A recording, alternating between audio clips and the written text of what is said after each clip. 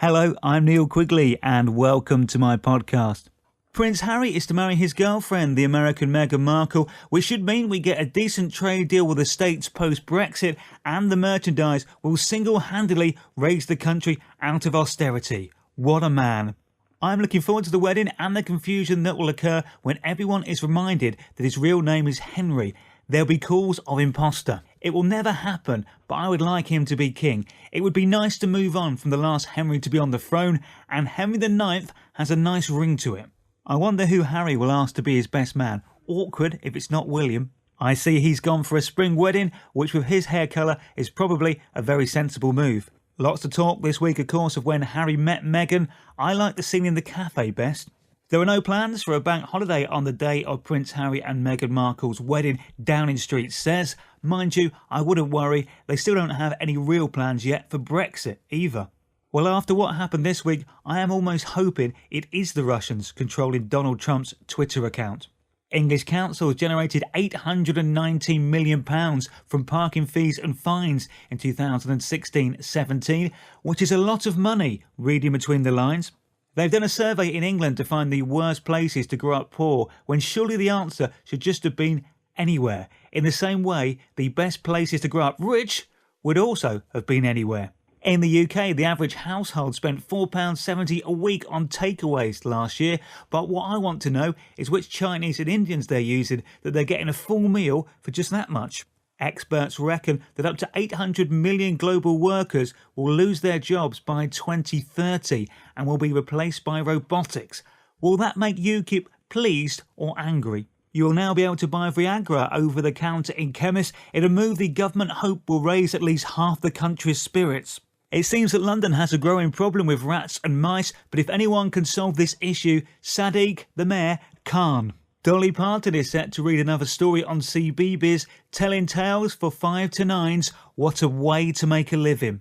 Stormzy picked up 3 Mobo Awards this week, finally proving you can be a friend of Jeremy Corbyn's and be a winner. Jay-Z has admitted to cheating on Beyoncé, meaning he now actually has 100 problems.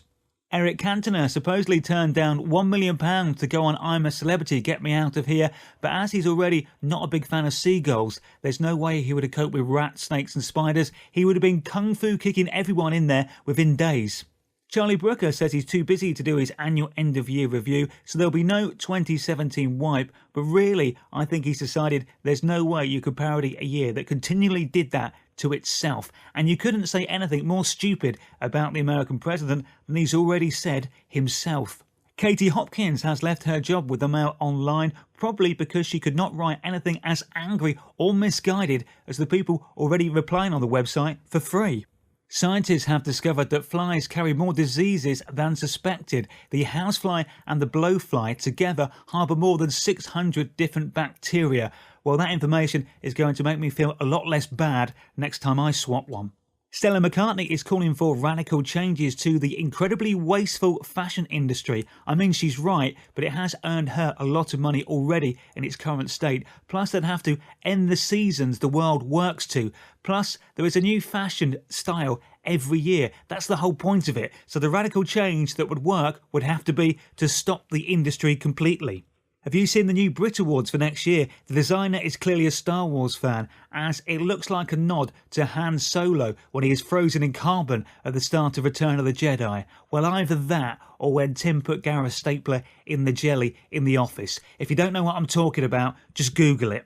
On I'm a Celebrity, Amir Khan seemed confused about if there's ever been a female Prime Minister, which suggests that he must have avoided the news all through the 1980s and for the last year. How long were his pre-boxing camps, and where did he hold them in the 1950s?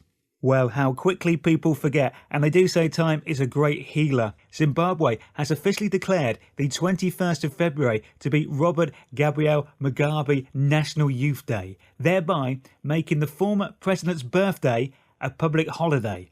Weirdly, I don't think Germany, Spain and Italy did the same after in the past having some, shall we say, challenging leaders.